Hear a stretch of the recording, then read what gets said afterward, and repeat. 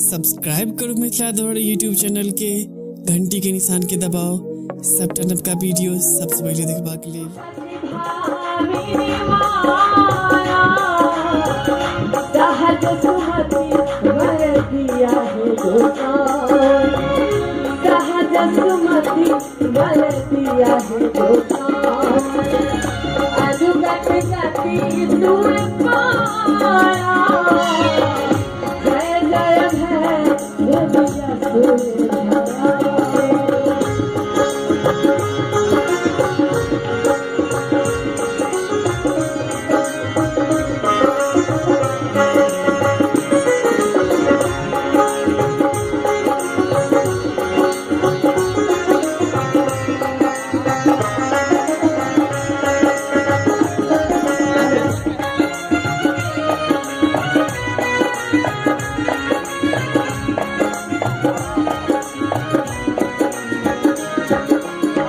वासन सवासन शोभित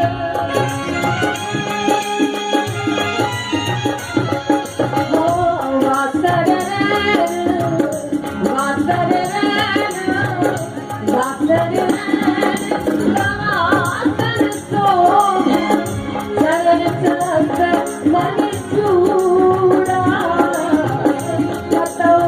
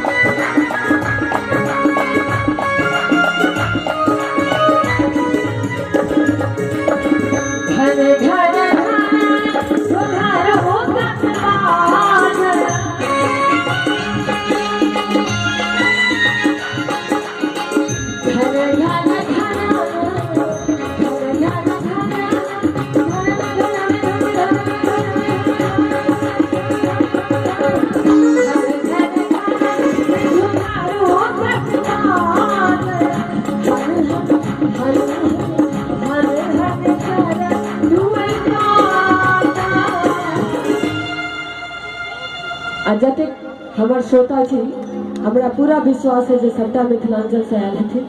हम चाहब जे बाबा विद्यापति बना पर दोनों हाथ उठा लिया, जिनका भगवान हाथ देने छथिन से उठा लिया, आ किनका नहीं देने छथिन से नहीं, दोनों हाथ उठे के चाहिए आ कहे के छे कि जय जय भैरवी